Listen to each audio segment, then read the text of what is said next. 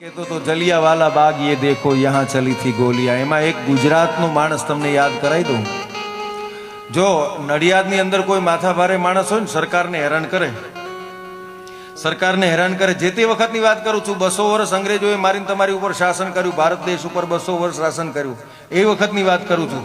અંગ્રેજોના નાકમાં દમ કરાવી દેવા એવા અનેક સૈનિકો આપણે ત્યાં હતા હો, એવા અનેક શૂરવીરો હતા। એમાંનો એક વ્યક્તિ હું તમને કહું છું, એ સરકારને એટલા બધા પરેશાન કરેલા। તમે બધા તો ભણેલા ગણેલા છો એટલે તમને કદાચ નામ પણ ખબર હોય।